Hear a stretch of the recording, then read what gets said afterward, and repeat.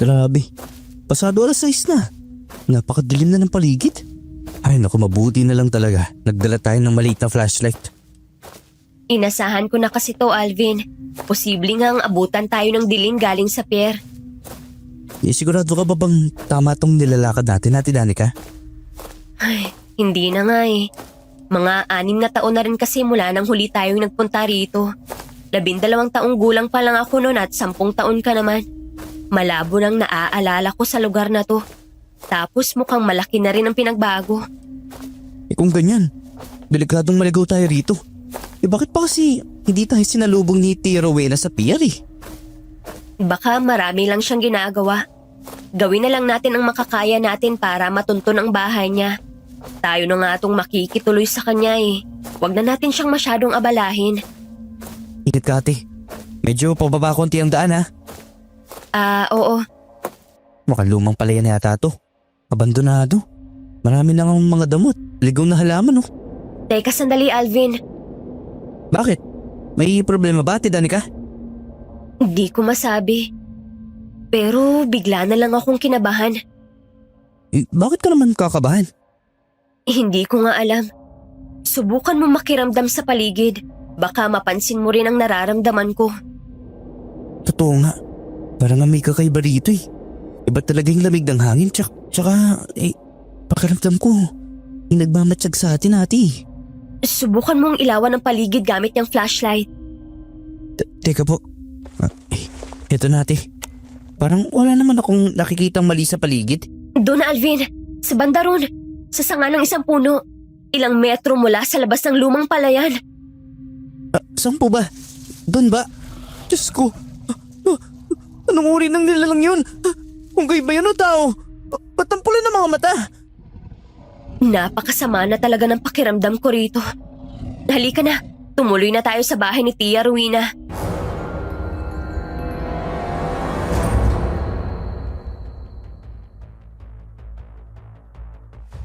Totoo ang mga aswang.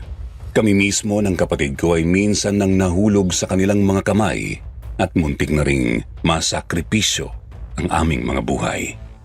Ang kakaiba lang siguro sa karanasan namin, masyadong mapanlin lang ang isa sa mga aswang na nanggulo sa buhay namin.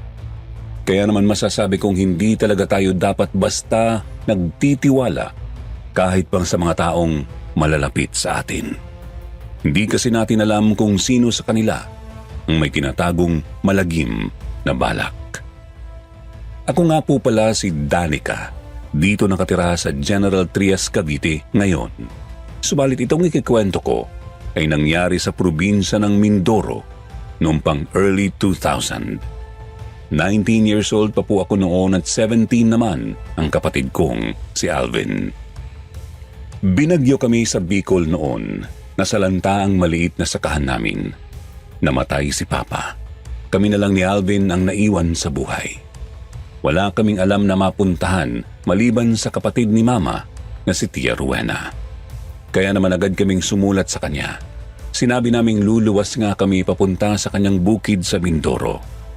Ginamit namin ang natitira sa mga naipon ni Tatay pampamasahe. Hindi namin alam, isa palang maling hakbang ang napagpasyahan namin.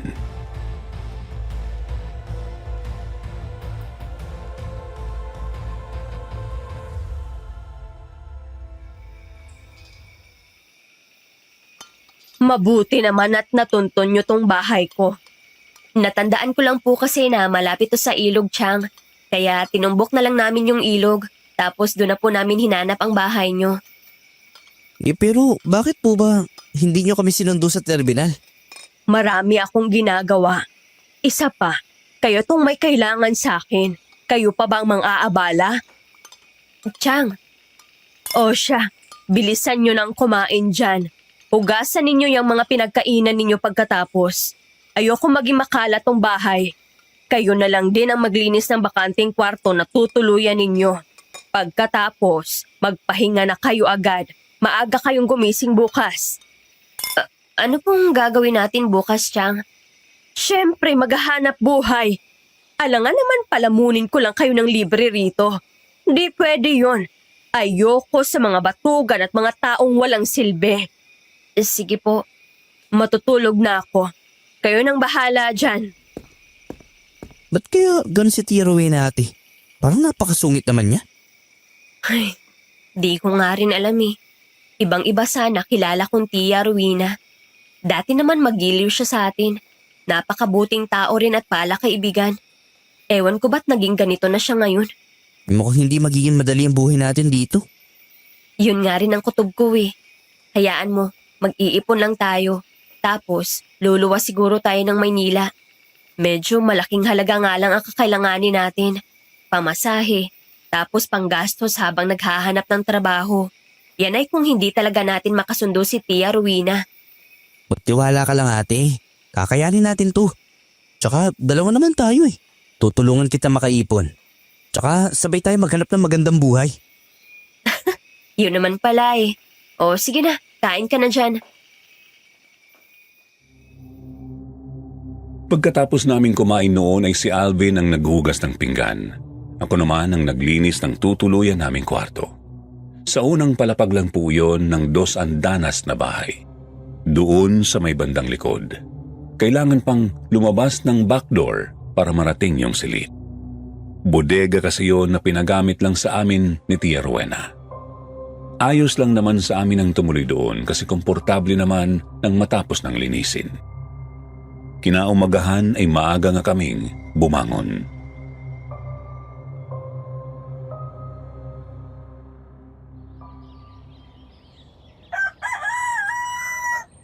Bago mag-alas 5, dapat gising na kayo. Kayo ang magluluto, maglalaba at maglilinis ng bahay. Kayo rin ang mag-aasikaso sa bakuran. Ayoko sa mahahabang damo. Bahala kayo kung anong almusal ang lulutuin ninyo para sa inyo. Basta ang sa akin, sariwang gulay at prutas lang. Hugasan ninyo lang ng maigi bago ihain. Ayokong kumakain ng may kahit anong nakahalong pampalasa. Naiintindihan po namin, Tia Rowena. Pasado alas 8 naman ng umaga ay hinahatid na ng mga mangingisda rito ang kanilang mga huli. Kayo rin ang maglalako ng mga hito. Hito? Oo, yun kasi ang marami rito. Tsaka, yun ang mura. Yun lang ang kayang bilhin ng mga basurang taga-baryo. Grabe naman kayo tiyang. Basura talaga? Mga walang pera, isang kahig, isang tuka. Tapos ang lalakas maglasing at magsugal. Anong tawag mo dyan? Mga basura, mga patapon. Kayo naman po, Chang. Ano ho bang pinagkakaabalahan ninyo? May negosyo ako sa bayan at sa mga karatig baryo. Hindi nyo na yun kailangang malaman. Basta, ituunin nyo lang ang pansin sa mga ibinilin ko sa inyo. Bilang kapalit, libre ang pagkain na tulugan ninyo. May konting sahod din kayo. Nagkakasundo ba tayo? Opo, Chang.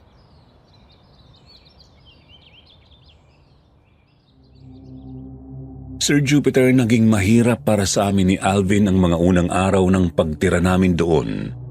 Hindi kasi namin inakalang gagawin pala kaming mga kasambahay at trabahador ni Tia Rowena. Malayo sa pagiging mga pamangkin ang turing niya sa amin. Gayunpaman ay tiniis na lang namin ang lahat hanggang sa sumapit ang mahigit 2 linggo ng pagtuloy namin doon.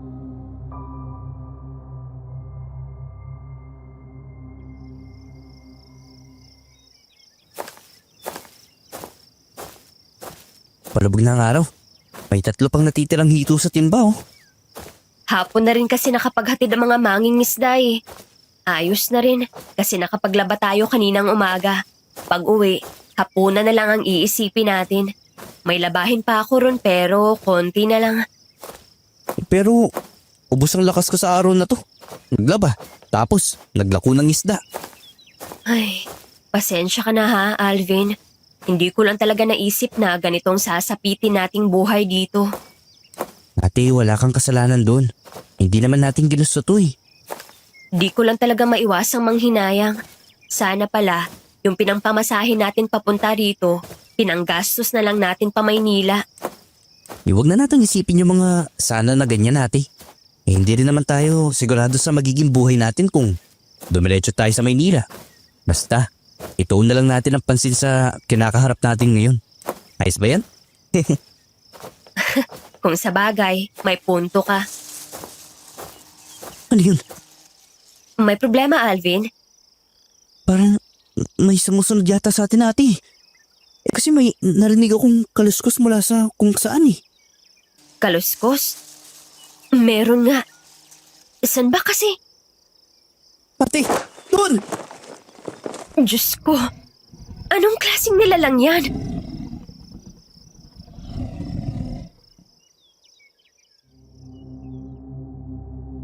Napalingon ako sa itinuro ni Alvin. Sa sanga ng isang malaki-laki ring puno ay may natanaw kaming isang kakaibang nilalang. Hindi namin masabi kung tao ba yun o unggoy. Tao ang hubog ng katawan at tindig, pero balot ng itim na balahibo. Matatalim din ang kanyang mga kuko at ngipin, tapos namumula ang mga mata. Nakatitig po ang nilalang na yun sa amin, partikular sa akin. Kaya naman hindi na kami nagdalawang isip ni Alvin, agad kaming kumaripas papunta sa bahay ni Tia Rowena.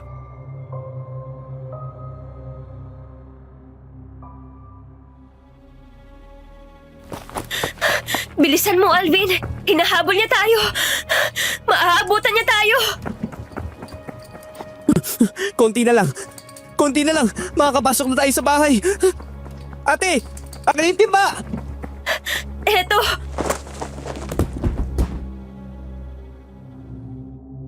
Noong nasa may bakuran na sana kami ng bahay, bigla akong natisod. Nabuhos ko yung timba na may laman pang mga hito. Tumilapon ang mga iyon sa lupa.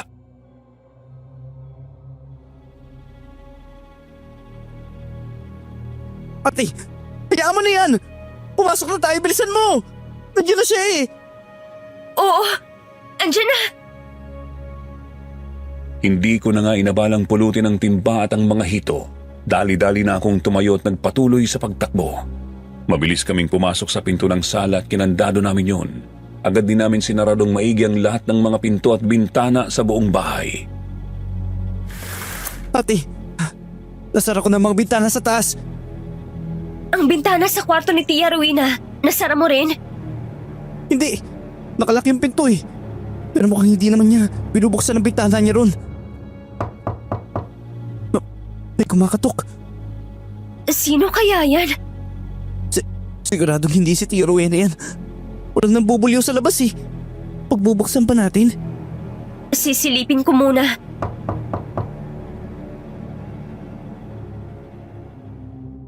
Sumilip nga po ako. Una ay sa may siwang ng pinto. Pagkatapos ay sa may katabing bintana naman, subalit wala akong nakitang kahit sino. Ang napansin ko lang ay may mga bakas ng paa sa may bakuran. Natapakan ng kung sino ang mga hitong nalaglag sa lupa. Nadurog ang katawan ng isa sa mga isda at kumalat ang dugo at laman loob.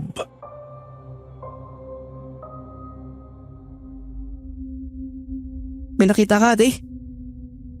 Walang tao. Pero silipin mo yung mga nahulog na hito. Patikin nga ako. Anak ng hito. Ano nangyari dyan? Sino tumapak dyan? Huwag nating bubuksan ang pinto kapag may kumatok ulit. Baka yung halimaw yan. Lintik. Ano bang kailangan niya sa atin?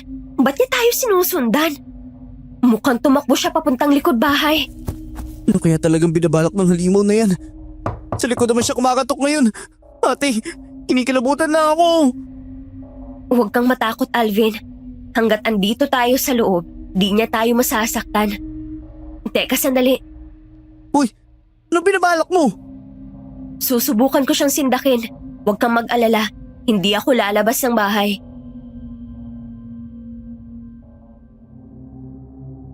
Dinig namin ang pagkatok ng kung sino sa likurang pinto.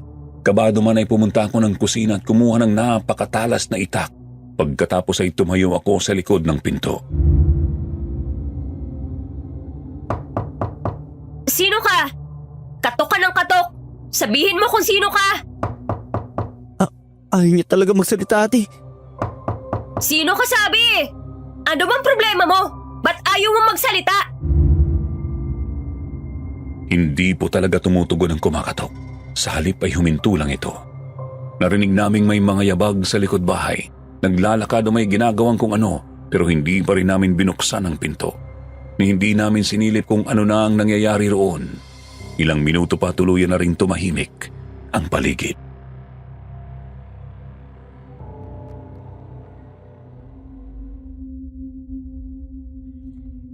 Teka, mukhang wala na yata siya sa labas ate. Huwag pa rin tayong pakampante. Baka naghahanap lang ng tiyempo yan para makapasok. Ayan na naman yung mga kato. Sarap naman siya ngayon. Mga punyeta kayo! Ano bang pinaggagawa ninyong mga inotel kayo? Bakit nyo kinakandado tong bahay? At ano tong nagkalat dito sa bakuran? Si Tia Rowena, andyan na. Patay tayo dito. Pareho mang kabado ay binuksan namin ni Alvin ang harapang pinto at walang ano-ano ay agad akong sinampal ng tiyahin namin. Chang, pasensya na. Ito po Tiyang magpapaliwanag po kami. Hinabol po kasi kami ng kung anong halimaw kanina. Naubos yung timba dahil doon. Tapos, kinandado namin ang bahay. Kasi baka makapasok yung halimaw Pakinggan mo nga yung sarili mo. Tanga! Magpapalusot na nga lang kayo. Ganyang kalokohan pa. Chang, hindi po kami. Pulutin nyo yan at yung basurang yan ang gawin ninyong hapunan ngayong gabi. Tiyang, makaling naman ho kayo sa amin. Kilos na! Mga bisit!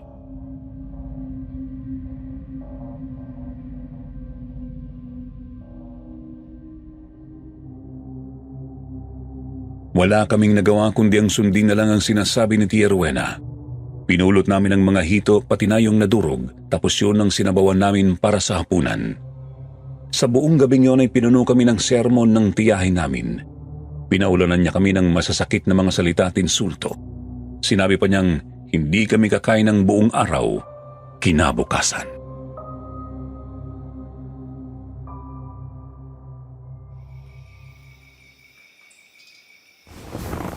Hindi ka rin makatulog ate. Oo. Palala ng palala kalagayan natin dito. Yan na ang plano natin. Isang buwan lang tayo rito. Kapag nakuha na natin yung sinasabing bayad ni Tia Rowena, sibat na tayo agad. Hindi tayo pwedeng magtagal dito. Mahihirapan nga lang tayo kasi siguradong kukulangin yung pera. Isa pang tanong. Kung babayaran nga ba niya tayo? Hindi na nga tayo papakainin bukas Pambayad daw sa mga nasayang na hito. Yan nga rin ang inaalala ko. Pero, basta, bahala na. Ang sigurado lang, hindi na tayo dapat magtagal sa lugar na to. Oo, sanay tayo sa mabibigat na mga gawain. Kahit puyatan pa nga yan Pero hindi tayo sanay na gawing basura ang pagkatao natin. Dinaan na lang namin ni Alvin sa tulog ang sama ng loob. Nang sumunod na araw ay maaga pa rin kaming gumising para hindi lalong magalit sa amin si Tia Rowena. Naglinis kami at hinanda namin ang almusal niya. Gaya nga ng kanyang sinabi, hindi niya kami pinakain. Kaya naman lumabas na lang kami ulit ni Alvin para ituloy ang natitira sa mga labahin. Doon kami sa may ilog na malapit lang sa bahay.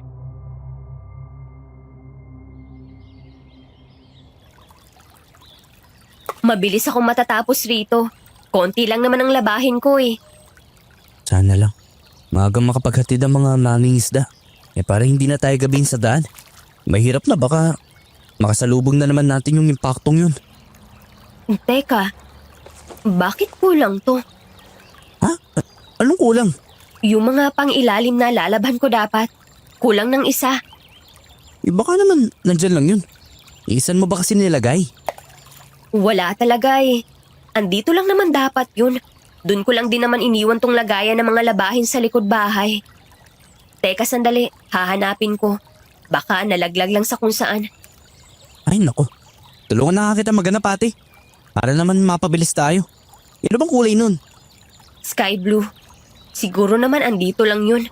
Kainis naman Konti na nga lang pang ilalim ko Mawawalan pa ng isa.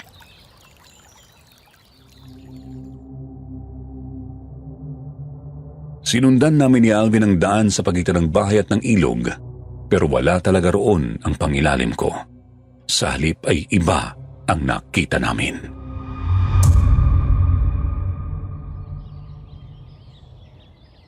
Mga bakas ng paa. Katulad to nung tumapak sa hito kahapon ah. Siguro, napadaan din dito banda yung kumakatok sa bahay kagabi ate. Hindi magandang kutob ko. Sundan natin yung mga bakas. Sundan, pero bakit? Hindi ko alam. Basta kinukutuban talaga ako. Halika na.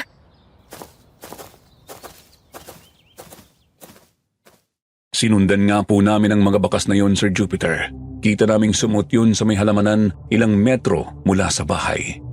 Sinundan pa namin ang sinundan hanggang sa may makita kaming kulay asul na nakabalandra sa lupa sa paanan ng isang puno.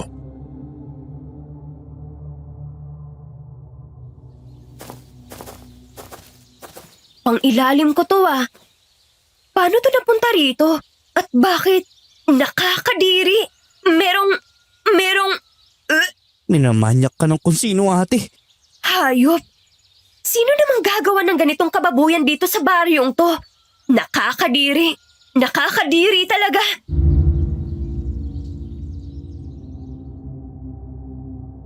Halos masuka ako sa nakita, Sir Jupiter. Pasensya na po sa ilalarawan ko pero kailangan ko pa kasing isama ito sa kwento. Malaki po kasi ang kinalaman nito sa lagim na dinanas namin ni Alvin. Yung pangilalim ko po kasi ay balot ng likido ng pagkalalaki. Alam ko po yun dahil hindi naman na ako birhen nung mga panahong yun, subalit may kakaiba po roon sa likido na yun. Una ay basang-basa pa yun nang makita namin. Nakapagtataka kasi dapat naman ay mabilis yun matuyo. Ikalawa, may kahalo po yung itim-itim.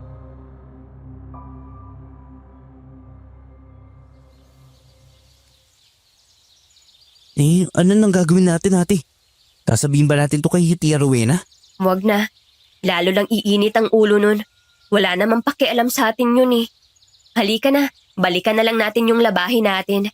Baka dumating na yung mga mangingisda.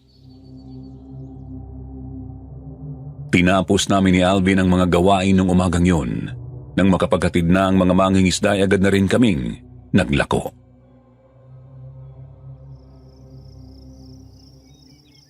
Inis naman oh. Inaalat na naman tayo. Marami pa itong natitira sa benta natin eh. Ay naku, masesermonan na naman tayo nito.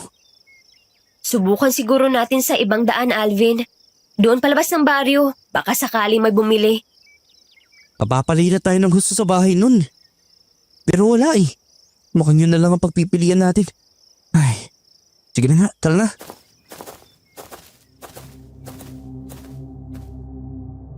Lumakad kami ni Alvin papuntang labas ng baryo. Nakabenta nga kami sa mga nadaanan naming bahay roon. Pero may natitira pa ring 2 hito sa timba. Kaya naman ipinagpatuloy pa namin ang pagtahak sa daang yon hanggang sa natanaw na namin ang lumang palayan. Ang parehong palayan na dadaanan namin noong gabing dumating kami.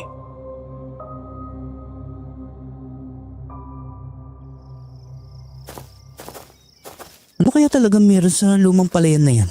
Tingin pa lang kinakabahan na ako eh. Siguro dahil mukha na talaga yung abandonado. Matataas na nga ang mga damo. Kung hindi titingnang maigi, hindi mo na malalamang palayan yan eh. Lumihis ba tayo ate? Pwede naman. Pero, teka, may kubo pala ron oh. Tapos may tao sa bakuran. Lapitan natin?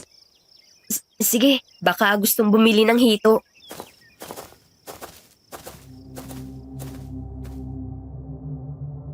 Mula sa may gilid ay maingat kaming bumaba ni Alvin papunta sa lumang palayan. Tanghali po noon kaya tanaw na namin ang paligid. Hindi na yun halatang palayan kasi hindi na mamasa-masa ang lupa.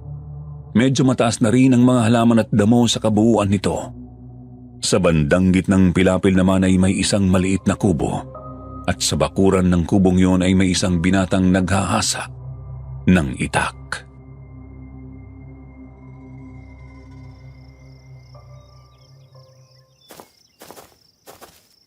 Magandang tanghali po, kuya. Magandang tanghali rin sa inyo. May kailangan kayo sa akin? Ano? Nagbebenta ho kasi kami ng hito. Baka lang po gusto nyong bumili. May 2 pa ritong natitira. Hindi umimik ang lalaki. Bagkus ay ipinako lang nito ang mga mata sa akin. Nagsalubong kanyang mga kilay at bahagya rin siyang napailing. Kinabahan po ako noon, Sir Jupiter. Pakiramdam ko kasi ay may nakita siyang kung anong mali sa akin. Kaya naman napalunok ako ng laway bago nagsalita ulit.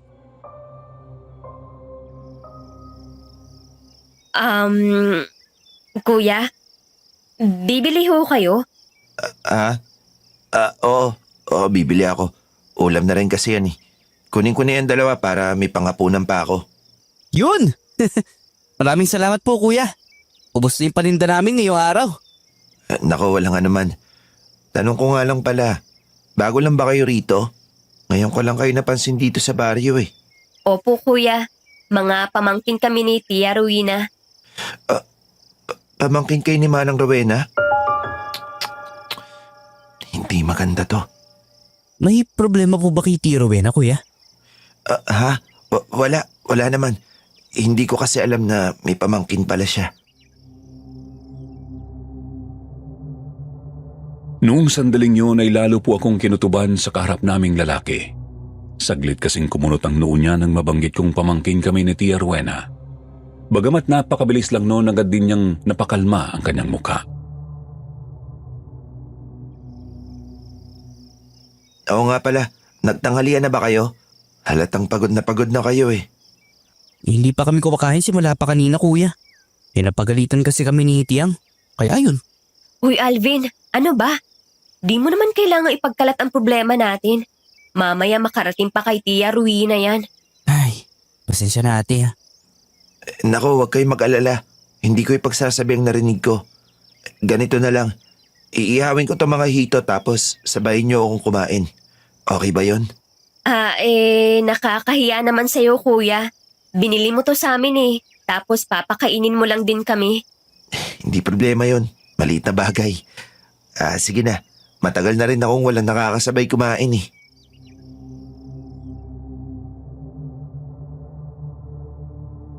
Tinitigan ko ang mga mata ng lalaki, Sir Jupiter. Mukha naman siyang mabait. Nakiramdam ako. Wala na rin yung kakaiba kong kutob sa kanya. Kaya naman pumayag na ako. Agad nga niyang hinanda ang mga isda. Ako naman ang nagsaing ng kanin. Noong naisalang ko ng kaldero ay lumapit na ako doon sa lalaki. Naroroon na rin si Alvin.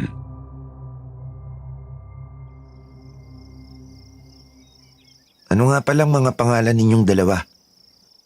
Danica. Ako po si Danica kuya. Ito namang kapatid ko, si Alvin.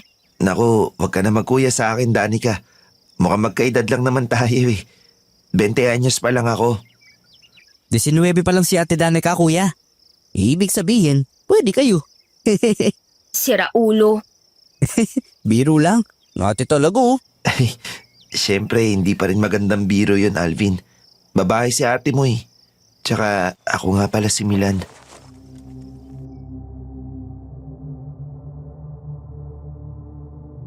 Habang nag-iihaw at noong kumakain na ay nagkwentuhan pa kaming tatlo. Nakwento namin kung saan kami galing ni Alvin at kung bakit kami nandoon. Nalaman naman namin na kamamatay lang pala ng lolo ni Milan noong nagdaang 1 taon. Natanong ko rin siya kung bakit napabayaan na ang lumang palayang iyon. Subalit hindi siya sumagot. Kaya ginalang ko na lang yun at hindi na ako nag-usisa. Paano Milan? Alis na kami. Marami pa kaming gagawin sa bahay eh. Baka magalit si Chang kapag dumating siya ng di tapos sa mga yun. Sige, pero mag-iingat kayo ha. Kapag kailangan ninyo ng tulong o kahit makakausap man lang, puntahan nyo lang ako. Saan namin yan kuya ha? Iayos na rin yun. Para naman may tropa kami dito. Oo nga pala, may bibigay ako sa inyo. Kukunin ko lang sa loob. Pumasok ang binata sa kanyang kubo. Paglabas nito ay may bitbit na itong isang maliit na supot. May laman yung itim na kung anong butil-butil o pulbo.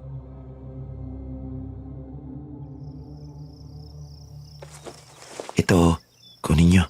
Ano to? Itim na asin. Mabisang pamproteksyon laban sa mga masasamang elemento. Naniniwala ka sa mga ganyan kuya?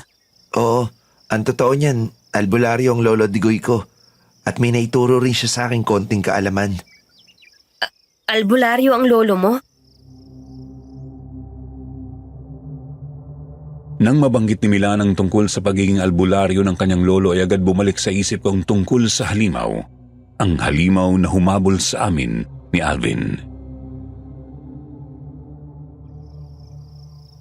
May problema ba, Danica? Ba't bigla ka namutla? Ano kasi? Hindi ko alam kung dapat ko bang sabihin sa'yo to. Pero... bahala na nga. Kahapon kasi noong pauwi na kami galing sa paglalako, hinabol kami ng kung anong halimaw. Naku, buti na banggit mo ate. Iba ka nga, matulungan tayo ni kuya tungkol dun.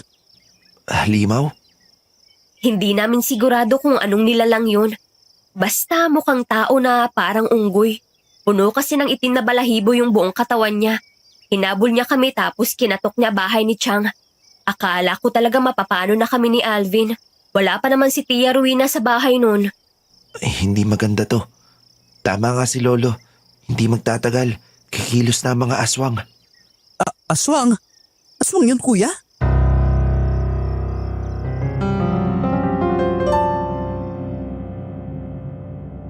Tahimik na tumango si Milan.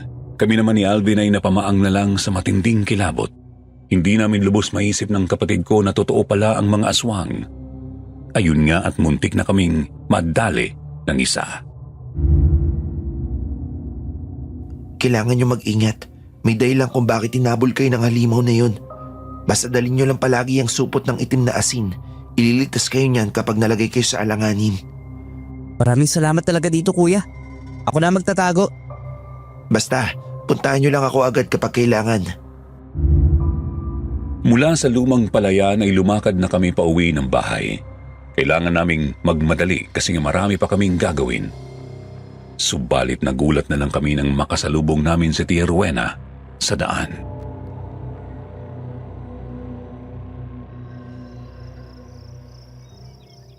At saan kayo galing na dalawa? Anong ginagawa ninyo ron sa palayan na yon? Naglalako ho ng hito, Chang. Lumayo kami ng konti kasi hindi agad naubos ang paninda. Swerte at may bumili naman doon. Isang bagay lang, Danica. Alvin, wag na wag kayong babalik sa palayang yon. Wag kayong lumapit o kahit dumaan lang. Maliwanag? Ha? Bakit naman ho, Chang? Mukha namang mabait si Kuya Milan eh. Hindi mo alam ang sinasabi mo. Niloloko lang niya kayo. Malayo sa pagiging mabait ang halimaw na yon. Halimaw? Aswang. Aswang ang lalaking yon.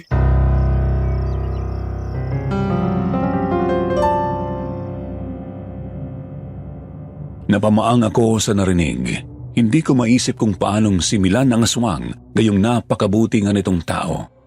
Isa pa albularyo nga ang namayapang lolo nito, kaya paanong siya ang aswang?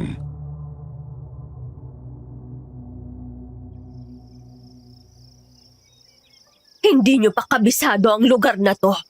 May mga aswang na nagtatago sa paligid.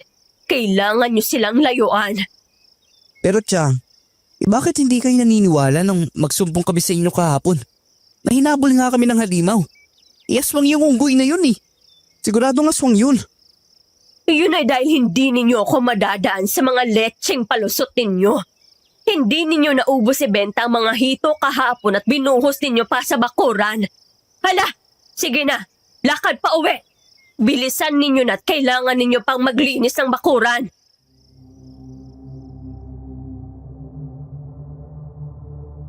Nakakapikon. Wala na talaga sa katwiran si Tia Rowena. Naniniwalang may aswang sa baryo nila pero ayaw maniwalang hinabol nga kami ng aswang. Kaya naman nanahimik na lang ako. Ayoko nang makipagsagutan sa kanya. Nang sumunod na araw naman ay muli kaming lumabas ni Alvin para maglako ng hito. Sa muli ay nahirapan na naman kaming makabenta. Lumayo ulit kami ng konti ng lakad hanggang sa mamalayan na lang naming tinatahak na namin ang daan papunta sa may lumang palayan ni Milan.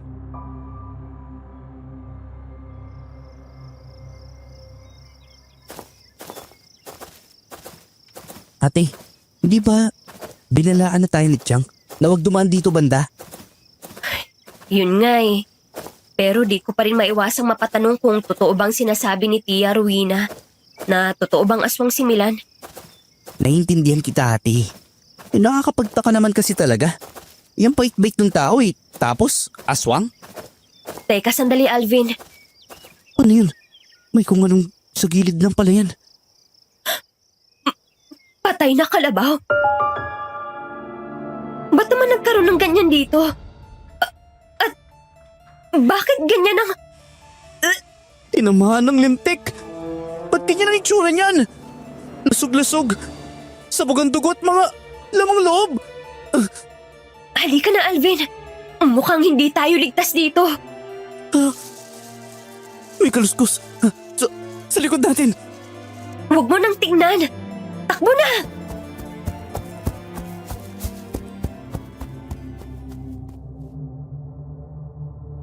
Kumaripas kami ng takbo ng kapatid ko. Hindi kami lumingon pero dinig na dinig namin ang mga kaluskos na humahabol sa amin. Kaya naman tuloy-tuloy kaming tumakbo papunta sa bahay, nangangambang baka maabutan ng kung anumang nilalang.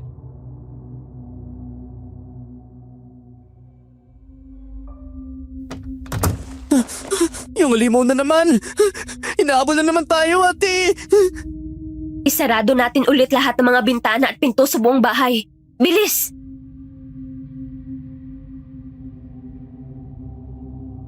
Mabilis naming sinarado at kinandado ang buong bahay. Nag-aabang na lang kami noon na may kumatok subalit wala naman. Gayunpaman ay hindi kami iniwan ng kilabot at kaba hanggang sa dumating na lamang si Tia Rowena paglagpas ng 5:00 ng hapon. Anong nangyari? Bakit may 3 pang natira sa mga hito? Maghahanap pa po sana kami ng bibili kanina, Chang. Kaso noong papalapit na sana kami sa lumang palayan, may nakita naman kaming patay na kalabaw. Lasog-lasog yung katawan at nagkalat ang mga lamang loob. Tapos may humabol na naman sa amin. Mabuti nga't nang magtanda na kayo, mga tanga. Sinabihan ko naman kayo wag nang lalapit sa palayang yun, di ba? Tapos dun nyo pa rin napiling pumunta. Baka naman kinikirenking mo na yung binata doon, ha, Danica? Nako, hindi po, Chang. Hindi pa naman namin kilala talaga yun eh. Isa pa, lumalabas na mukhang tama nga kayo. Mukhang siya nga ang aswang.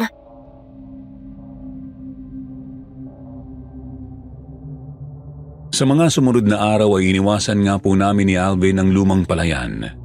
Gusto man naming makausap ulit ang bago naming naging kaibigan, palagi naman kaming nakakaramdam ng masama sa nasabing lugar. Umiiwas na lang kami. Nakakatakot na kasing habulin ulit ng halimaw, baka sa susunod na pagkakataon ay hindi na kami swertihin.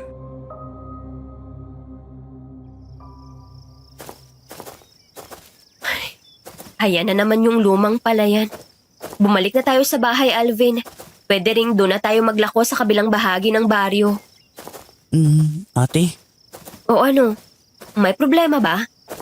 napapaisip lang ako kung tama ba talagang iwasan natin si Kuya Milan. Wala pa naman kasi tayong nakikitang patunay na siya talaga yung aswang eh. Yung totoo, binubulsa ko pa nga palagi yung itim na asin na binigay niya. Ang totoo yan, di naman ang iniisip ko. Ang kaso nga lang, andyan yung masamang pakiramdam natin kapag lumalapit tayo ron eh. Hindi natin nakikita pero may nagmamatsyag. May mga kaluskos din sa paligid. Yung ko sa bagay, mahirap din kasi sumugal.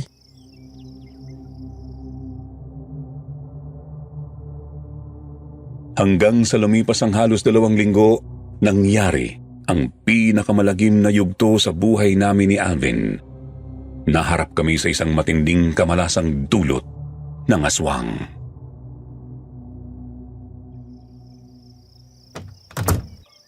Maupo ka muna, Usmeng. Ipaghahanda ka lang namin ng makakain. Nako, abay maraming salamat, Rowena. Danica! Danica! Halika nga rito! Bakit ho, Chang? May bisita ho pala kayo? Sir Jupiter, sandali akong natigilan nang makita ang bisita ni Tia Rowena. Isang lalaki na sa tansya ko ay nasa 45 anyos na. Halatang yayamanin, mamahalin kasi ang suot na polo, pantalon at sapatos. May mga ginto pang alas sa lieg, braso at mga daliri. Ihawin mo tong 1 kilo ng karneng baboy na dala ko. Ubusin mo. Wag na wag mong lalagyan ng kahit na anong pampalasa. Maliwanag? Maliwanag ho, Chang. Rowena, ito ba yung sinasabi mong pamangkin mo?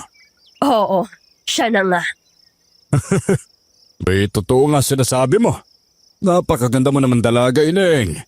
Ano pangalan mo? Danica ho. Ako naman si Osmeng. Bay, kinagagalak kita makilala ha. Sa unang tingin ko pa lang sa lalaking yun ay hindi na agad maganda ang kutob ko, Sir Jupiter. Nakakaloko siyang ngumiti. Napakalagkit din ang tingin niya sa akin na parang hinuhubaran ako, kaya naman napayuko na lang ako.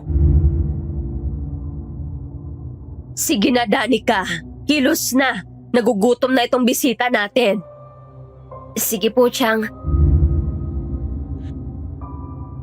Sa buong oras na nasa bahay ni Tia Rowena yung lalaking si Osmeng ay hindi ako mapalagay.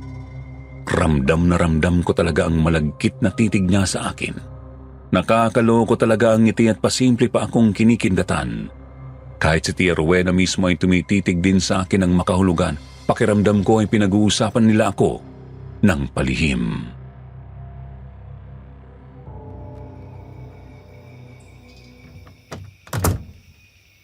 O ate, nakauwi na ba yung Osmeng?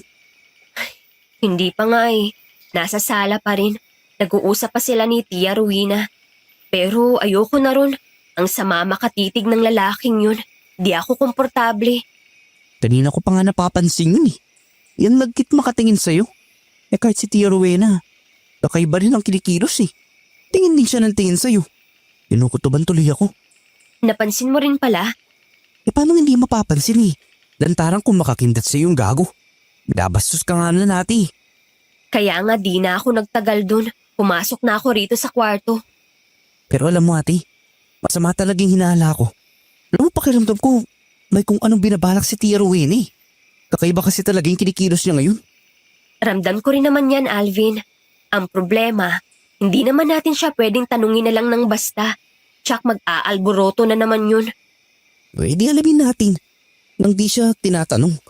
At saka natin, subukan nating makinig sa usapan nila.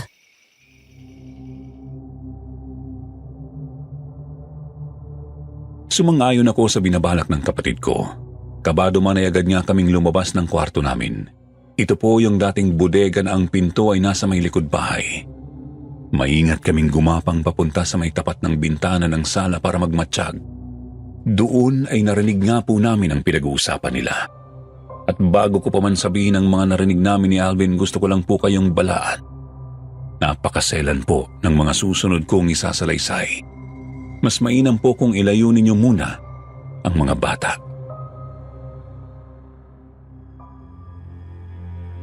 Dinig ko na sila rito. Dito na tayo pumesto, Alvin. Sige ate.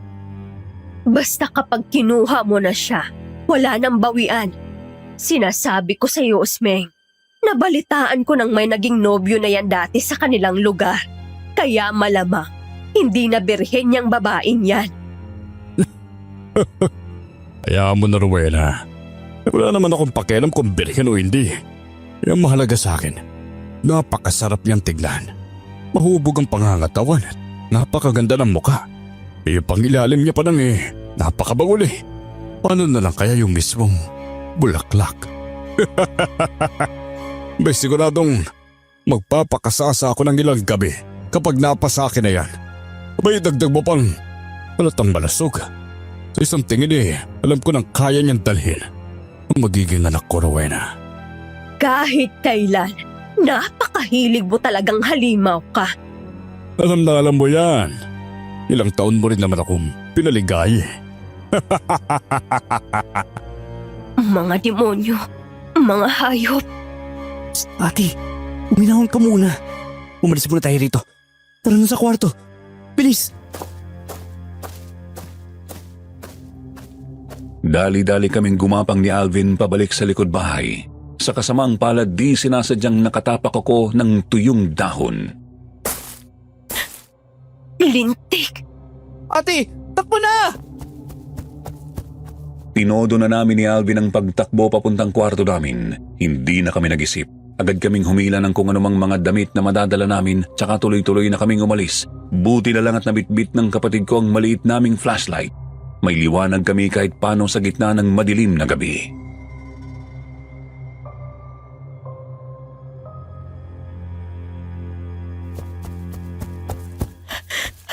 Nakakainis sa mga demonyong yun. Hindi ko akalaing magagawa sa akin ni Tia Rowena ang ganun. Nakakainis. Nakakagalit. Alam ko nakakainis ate. Kahit ako, pikon na pikon din eh. Pero wag muna natin ganong isipin yan. Amunahin natin. Ang makalayo sa lugar na to. Diretso tayo palabas ng baryo. Tapos doon na natin pag-isipan ang susunod nating gawin kung saan tayo pupunta. Ang akala ninyo ba talaga makakatakas kayo? Mga inotel! Andiyan na sila. Bilisan mo pa, Alvin. Yan! Yan ang gusto ko. Yung binibigyan pa ako ng konting naliyo. Sige, takbo! Tumakbo kayo. Pero sinasabi ko sa inyo, hindi ninyo ako matatakasan. Mapapasakin kang babae ka! Agin ka!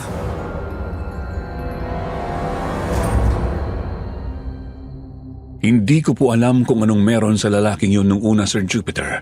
Basta bigla na lang akong nakaramdam ng matinding kilabot nang marinig ko ang kanyang boses. Nanlamig lalo ang kalamnan ko. Hindi lang po yun dahil sa takot na mahuli ng isang manyak, kundi dahil sa kung anong hilakbot na pamilyar sa akin habang tumatakbo at hinahabol.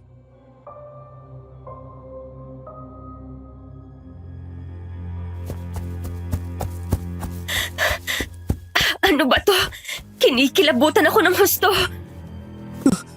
Hindi ko rin alam ate. Pero, alam ko rin, nasa matinding panganib tayo. Pakiramdam ko parang... Aswang? Dalawa sila. Hindi. Nagulantang kami ni Alvin nang may humiyaw sa bandang likod namin. Tunog ng atungal ng napakabangis na hayop gubat. Lumingon kami at lalo kaming nahintakutan nang makitang dalawang mga aswang. Pareho po ang itsura nila sa humabol sa amin noong nagdaan. Tao na may napakaraming balahibo sa buong katawan. Matatalim ang mga kuko at ngipin tapos namumula ang mga mata.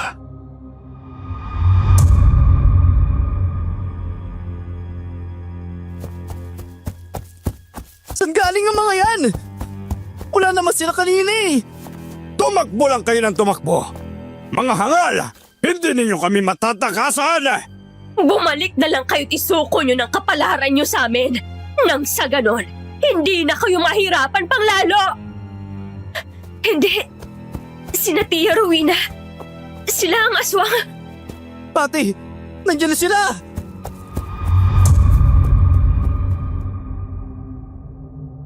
Hindi manguyan ang isip ko kung paano nangyaring sina Tia Rowena at yung lalaking si Osming ang aswang. Gayon pa man ay wala na akong panahong mag-isip, kaya kahit nauubos na ang hangin sa mga baga namin, binilisan pa naming lalo ang pagtakbo. Subalit tumindi ang hilakbot namin nang bigla na lang lumundag si Osming at lumapag sa mismong harap namin.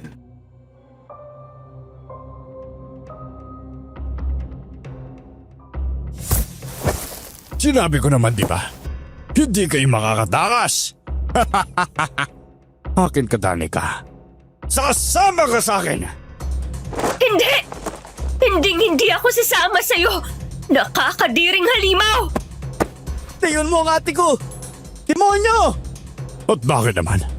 May magagawa ka ba para pigilan ako, ha, bata? Wala! Meron. Itong sa'yo. Ah! Pwisit kang kutong lupa ka! Ate, bilisan natin. Takbo!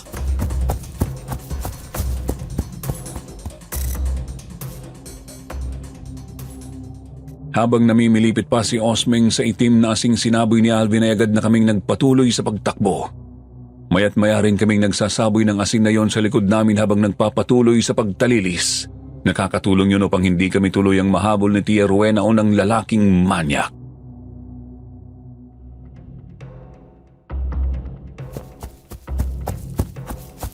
Ate, ang lumang pala yan. Malapit na. Dumiretso tayo dyan! Humingi tayo ng tulong kay Milan! Pero ate, baka may isong pa dyan eh. Wala yan. Sinungaling si Chang. Siguradong matutulungan tayo ni Milan. Nakakainis na kayong dalawa. Bumalik kayo rito. Huwag kayong pumunta dyan. Nandiyan na sila. Kumusta nga sila natin? Bahala na. Tumalon na tayo papasok ng palayan. Bilisan natin. Hindi na nga po kami nagdalawang isip. Nang makarating sa bandang gilid ng lumang palayan ay agad kaming lumundag papasok doon. Hindi naman masama ang lapag namin pero nahirapan kaming makabangon dahil sa matinding pagod.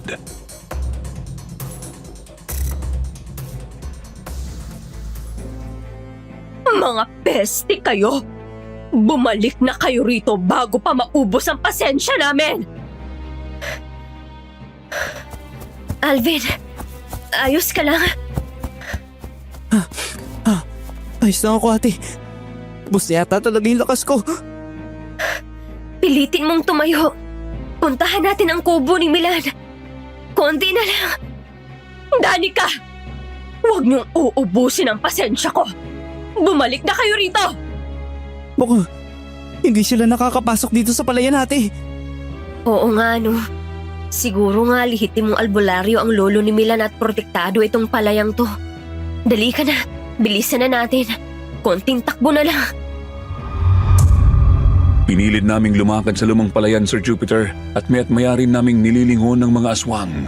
Hindi talaga sila pumapasok sa gilid ng palayan.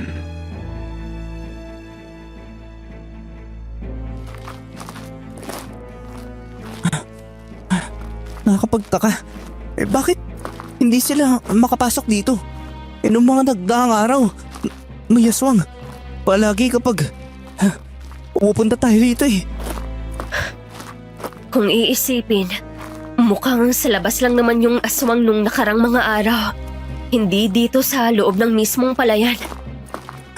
Tinatambangan nila tayo para hindi tayo pumunta dito. Lumalabas na ganun nga. Ayaw ni Chang na makahingi tayo ng tulong kay Milan. Nandito na tayo. Sa wakas, kakatok na ako. Oh, anong nangyari sa inyo? Milan, tulong. Tulungan mo ka. Ate! Ate! Ate! Ano nangyari sa'yo? Ate!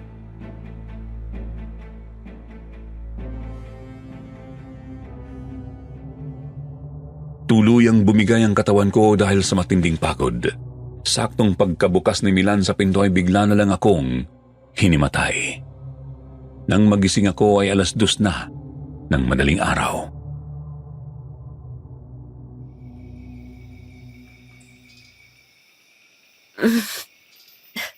Aray ko.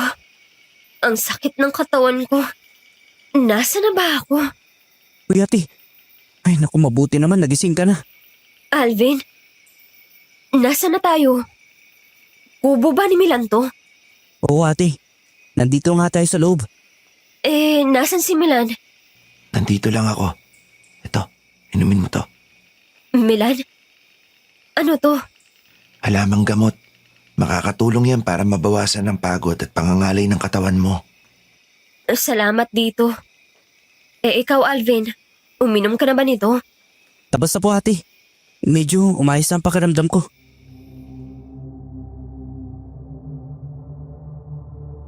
May binigay si Milan sa akin na isang tasa.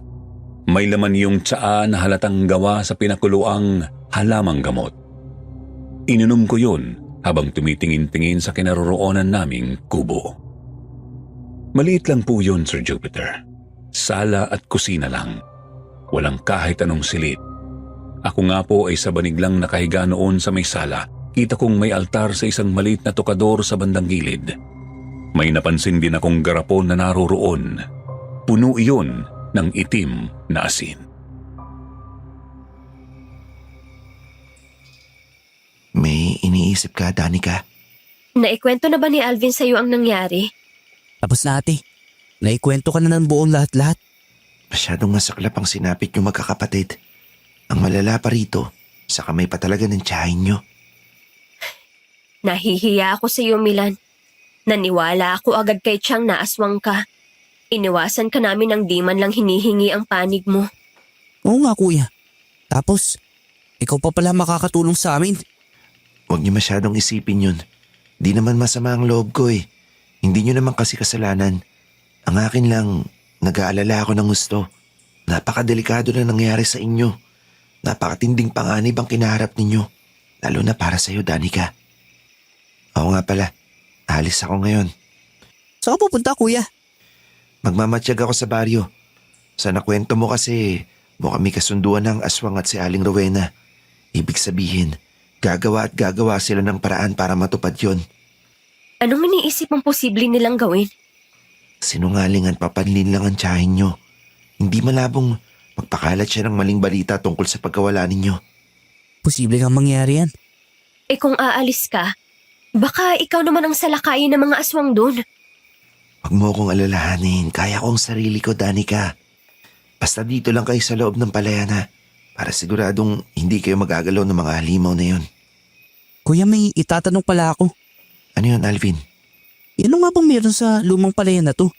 Bakit kakaiba ang pakiramdam namin kapag pumupunta kami dito, kuya? At saka, hindi makakapasok ang mga aswang dito. Protektado ng malakas na dasal ang buong lupang to. Nagsagawa kasi si Lolo ng ritual nun. Nakakatuwa lang isipin na may talab pa rin kahit ngayong wala na siya.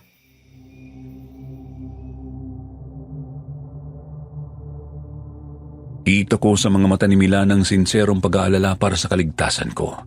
Naramdaman kong uminit ng bahagya ang mga pisngi ko kaya napayuko na lang ako.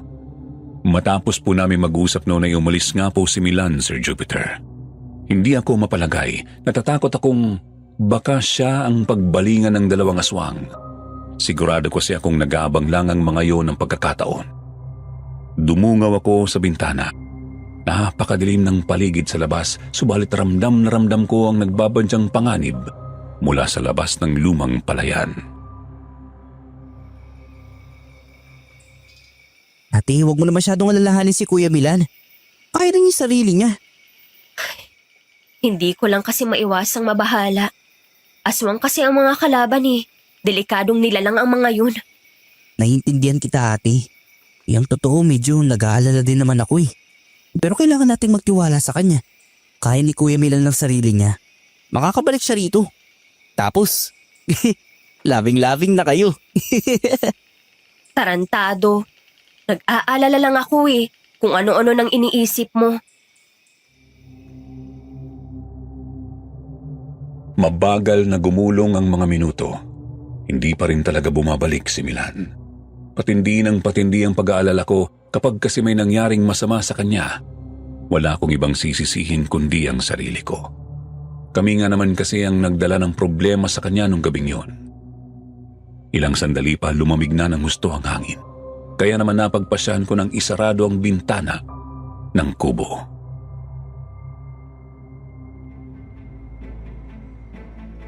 Patulog ka kaya muna, ate. Pagod tayo eh. Magpapahinga na rin muna ako. Humiga ka lang dyan. Halatang pagod ka na rin talaga eh.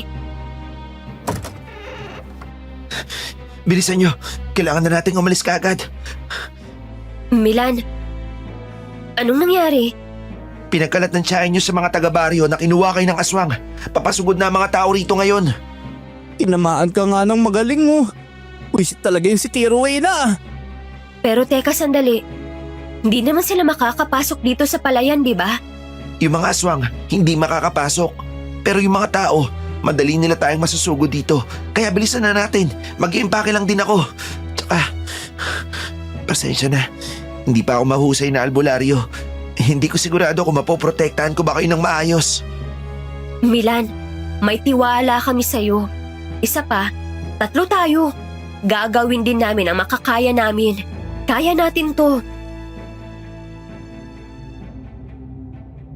Kahit hindi pa kami tuluyang nakakabawi ng lakas ni Alvin ay mabilis na kaming kumilos. Binitbit namin ang mga bag na nadala namin nang umalis kami sa bahay ng tiyahin namin. Si Milan naman ay mabilisan ding nag-impake ng konti. Kumuha siya ng itak sa kusina at sinukbit yon sa kanyang bewang. May dinampot din siyang 2 pinatulis na mga kawayan. Kinuha rin niya ang garapon ng itim na asin sa altar saka inabot sa akin.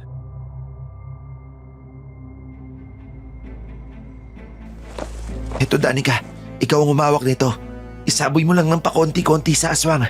Maapdi sa balat nila yan. Sige Milan, sana lang magawa ko ng maayos.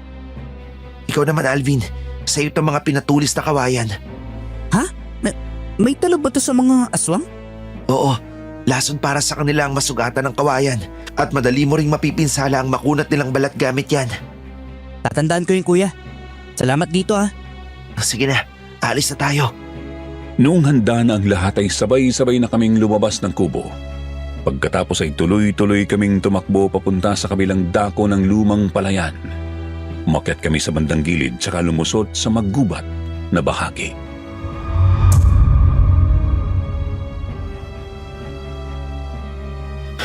Mas masukal na bahagi ang dadaanan natin.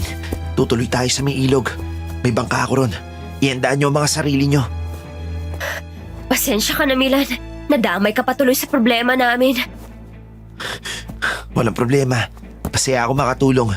Isa pa, matagal ko na rin namang binalak na umalis rito. Saan tayo pupunta kuya? Mamaya na natin isipin yan. Bilisan niyo ang pagtakbo. Kailangan nating makalayo sa baryong to kaagad. Hindi ka makakatakas. Agad ka! Ate! Hindi! Masyado naming itinuon ang pansin sa pagtakbo kaya naman hindi namin agad napansin ang biglang paglapit ng lalaking aswang. Agad-agad ay bigla na lang po niya akong hinablot. Nabitiwan ko ang garapon ng itim na asin. Mabilis siyang lumundag sa isang makapal na sanga. Dala ako. Tapos lumundag pa siya pasuot sa gubat. Ilang sandali pa ay namalayan ko na lang na inilapag na niya ako sa tabi ng ilog. Paangat po ang bahaging yon ng lupa. Mga 2 metro pababa ay naroroon na ang rumaragasang tubig.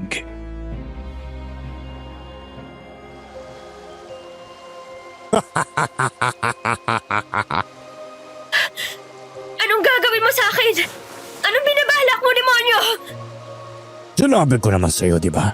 Dali ka. Akin ka. Akin ka na.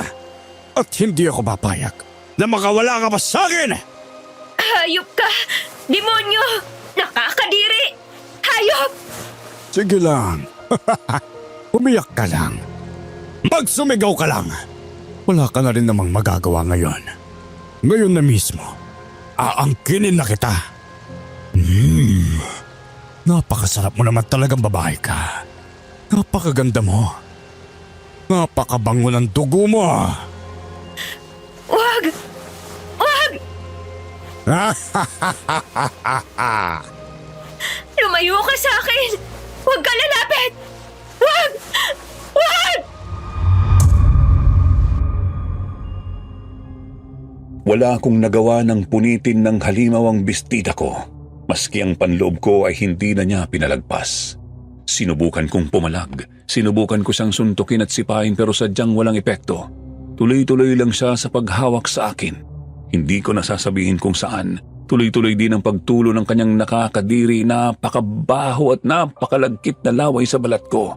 Sa dibdib, sa balikat, mga braso at kahit sa mukha ko.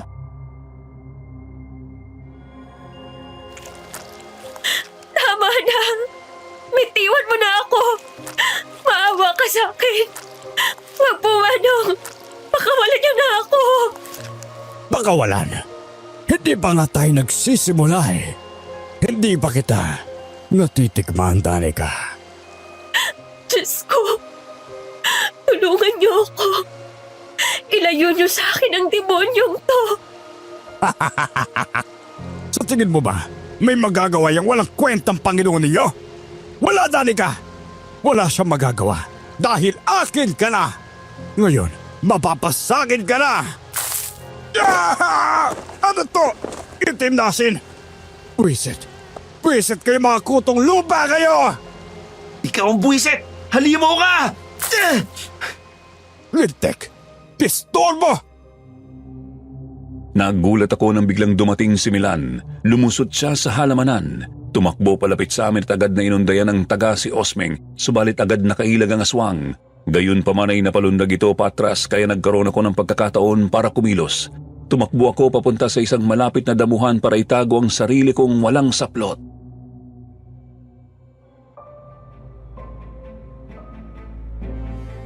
Milan! Mag-iingat ka! Aswang yang isang yan! May tao sa likod ko! Ate, Alvin! Ikaw nga! suotin mo muna tong damit na nasa bag ko. Kasya naman yata to sa'yo eh. Salamat, Alvin. Maraming salamat talaga't nakarating kayo agad. Ang akala ko, ano nang magagawa sa akin ng demonyong yun? Mabuti na lang talaga't sumigaw ka, ate. Eh, tsaka, hindi rin ganun kalayong pinagdalhan ng tangang aswang na yun sa'yo eh.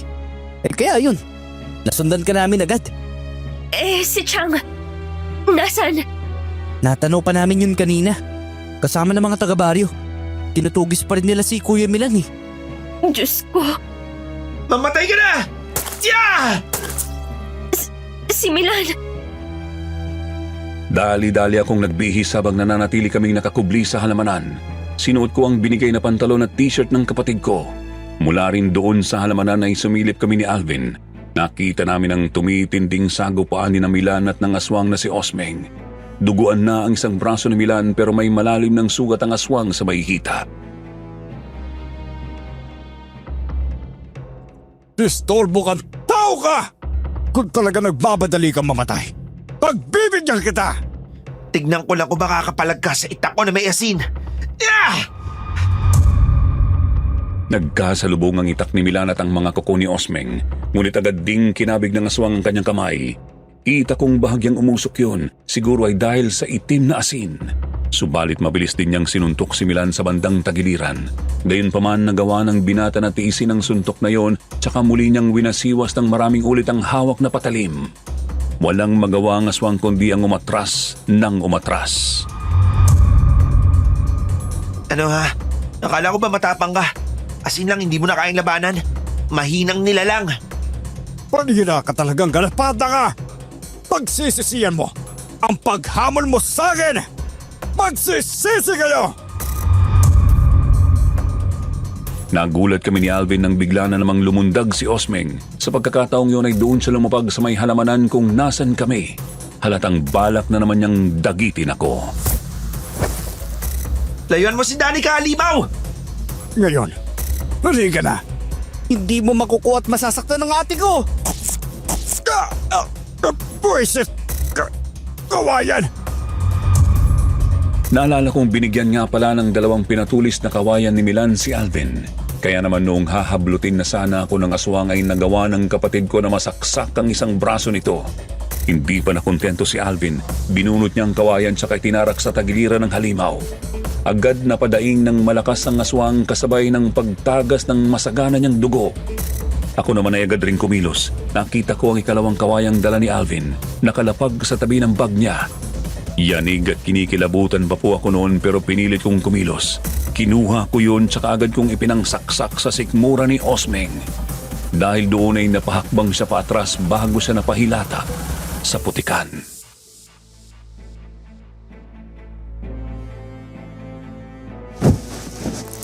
Hindi. Baka walang hiya kayo. Mga prison na tao! Ginusto mo to. Nanggulo ka. Natural papalag talaga kami. Kaya kung ano man ang kaantungan mo ngayon, kasalanan mo yan. Hindi. Wag! Maawa ka! Wag! Mamatay ka na! Wag!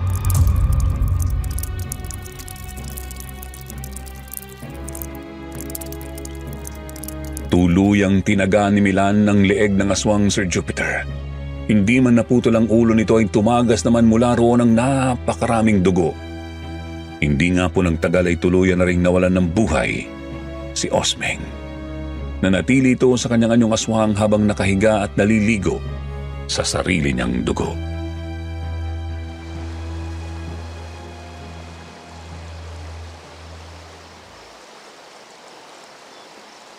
Sumikat na rin sa wakas ang araw. Tapos na kaya ang problema natin, kuya? Wala pa rito si Tia Rowena eh. Ayun o, parating na ang mga taga-baryo. Milan, ano nangyari rito? Totoo ba ang sinabi nitong si Rowena na isa kang aswang? Manong, isang albularyo ang lolo ko.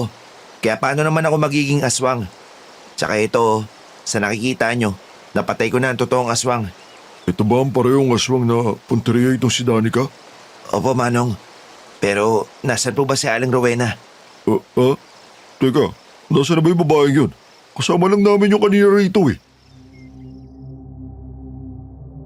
Tinignan ng mga taga-baryo ang kanilang hanay na gumalugad sa gubat, pero wala na talaga roon si Tia Rowena. Kaya naman napagpasyahan ko nang sabihin sa kanila ang lahat.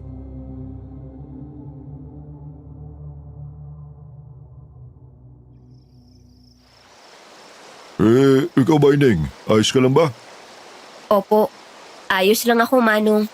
Muntik na akong mahalay nung aswang. Buti nakarating sa oras si Milan. Pero may lilinawin lang po ako tungkol po sa aswang na to at sa tiyahin ko. Ewan ko lang talaga dyan sa tiyahin mo.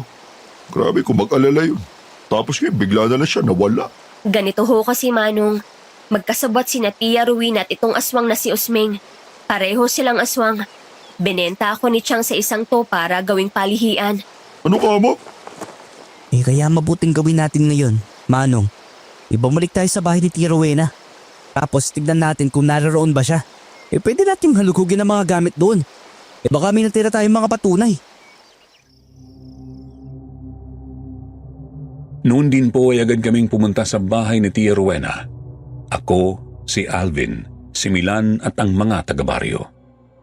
Pagkarating namin ay bumungad sa amin ang bukas na pinto. Tahimik ang buong bahay at walang tao sa loob. Palagay ko, tumakas na ang tiyahin nyo nang malaman niyang patay na si Osming. Delikado to. Isa rin siyang aswang. Baka dumami pa mga biktima niya kapag hindi siya nahuli. Yan nga rin ang iniisip ko. Kaso para mahuli siya, kailangan nating maghanap ng isang ganap na albularyo. Hindi pa kasi talaga sapat ang kakayahan ko eh. Pasensya na kayo. Ayos lang yung Kuya Milan. Yang mahalaga, nagawa mong patayin yung Osming na yun. Oo nga naman. Kung hindi dahil sa'yo, di ko na alam kung saan kami pupulutin. Nako, salamat sa inyo. Halugugin na natin tong bahay na to. Baka may makita tayong makakatulong sa atin. Doon po tayo sa kwarto ni Tia Rowena, Manong. Yun lang yung bukod tanging bahagi ng bahay na to na hindi namin napapasok ni ate. Agad nga po naming pinuntahan ang kwarto ni Tia Rowena, Sir Jupiter. Nakalakang pinto kaya napilitan pa ang mga taga-baryo na wasakin ito. At nang makapasok na kami ay tumambad nga sa amin ang mga solidong patunay sa pagiging aswang ni Tia Rowena.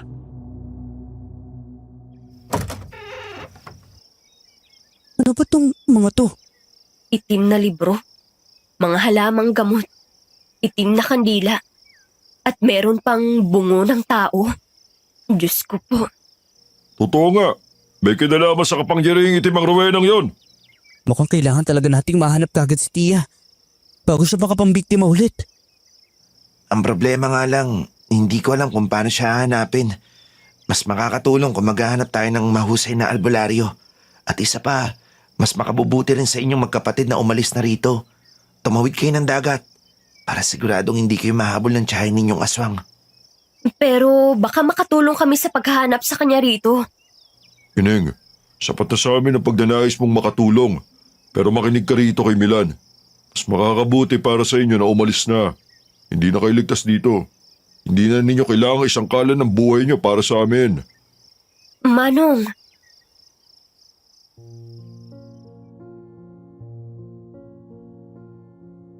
Sir Jupiter, noong araw rin yun ay umalis nga kami ni na Alvin at Milan sa baryo na yun. Hindi naman kami nahirapan dahil binigyan naman kami ng konting pampamasahe ng barangay. Dumiretso kami sa mga kamag-anak ni Milan sa Cavite. At dito na nga po kami namalagi hanggang ngayon. Sa awa ng may kapal ay hindi na po kami ulit hinabol ng aswang. Masaya at tahimik na po ang buhay namin. Nagkatuluyan ho kami ni Milan at kasalukuyang may 2 anak na. Malalaki na nga po sila eh. Si Alvin naman ay sinuwerteng nakapag-abroad bilang trabahador sa isang pabrika. Dito ko na po tatapusin itong liham ko, Sir Jupiter. Maraming salamat po sa pagbabasa.